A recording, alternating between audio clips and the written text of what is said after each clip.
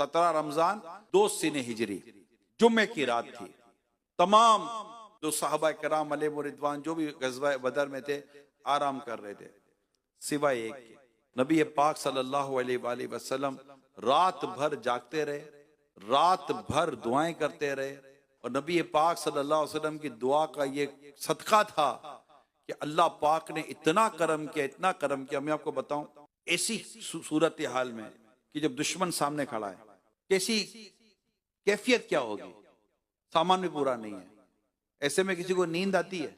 नींद तो ना आवे। ये अल्लाह पाक की मदद, ग़ज़वा बदर में जो अल्लाह पाक की जो मदद हुई, उसमें से एक मदद ये थी कि अल्लाह पाक ने तमाम पर नींद तारी फरमा दी। इसको ऊँग कहते हैं। एक हल्की सी नींद तारी कर दी, सबके सब सो गए, सबको नींद आ गई।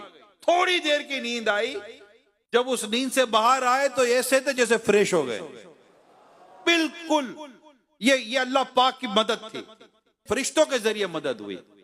अच्छा, अब दूसरा ये हुआ कि कुफ्फार तो पहले से आ गए थे, इनको बड़ी पक्की और मजबूत जमीन मिल गई थी, कदम जमे हुए थे, चट्टियल जमीन जिसको कहते हैं।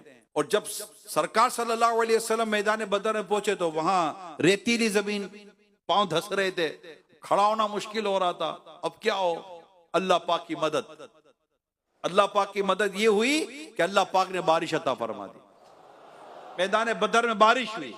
बारिश का फायदा ये हुआ कि वो जमीन जो कुफ्फार ने ली थी उधर फिसलन हो गई, और वो जमीन जो मुस्तफा करीम ने जिसे इख्तियार फरमाया था वो पानी की वजह से जम गई और पांव जमने शुरू हो गए। और पांव जम गए, ये अल्लाह पाक की तरफ से एक और मदद आ गई। ऐसा इसी रात में कमाल की बात हो गई। रात को क्या हुआ, प्यारे आका सल्लल्लाहु अलैहि वसल्लम चंद साहबा कराम के साथ मैदान बदर का मुआयना फरमा रहे थे। आपके दस्ते मुबारक में एक छड़ी थी, स्टिक मुबारक।